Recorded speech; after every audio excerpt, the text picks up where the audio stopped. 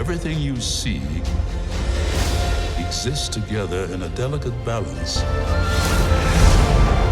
While others search for what they can take, a true king searches for what he can give. Obviously, you had the fantastic technology from the Jungle Book. Sure. But I had read that it was actually a trip to Africa that made you want to do an all-new Lion King. I was talking to them about maybe doing Lion King because having learned what I learned on Jungle Book and thinking of the music and the story and the all the great things, aspects you would inherit from the original, and learning what I had learned on Jungle Book, what I could do with that. But it wasn't official. I wasn't on board, and I did take a trip to Africa. I accompanied Elon Musk, who's from South Africa, and our families traveled on safari together. But I didn't talk about that I was up for the job.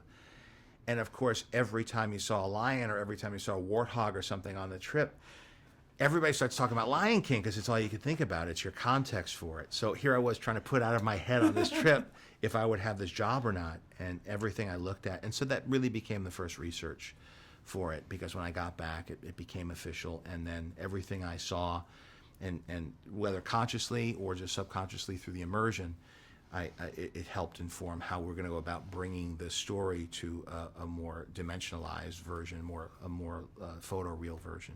Well, and the idea of stepping into your destiny, whether you're ready for it or not. That's right.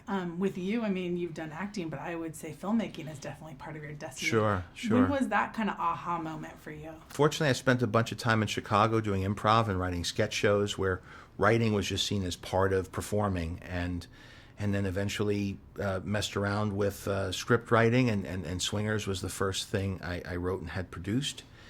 And that opened doors, and I think part of it is knowing that life is unpredictable. Sometimes it's happy things that you don't predict, and sometimes not so happy things. But when doors open and opportunities present themselves, you can't be scared to go through that. And so my career has changed significantly from starting off as a character actor, eventually doing writing small comedies, independent films, and then with Elf it transitioned to kind of effects, more mainstream stuff, and then with Iron Man that ended up becoming something much larger than we had anticipated at the time.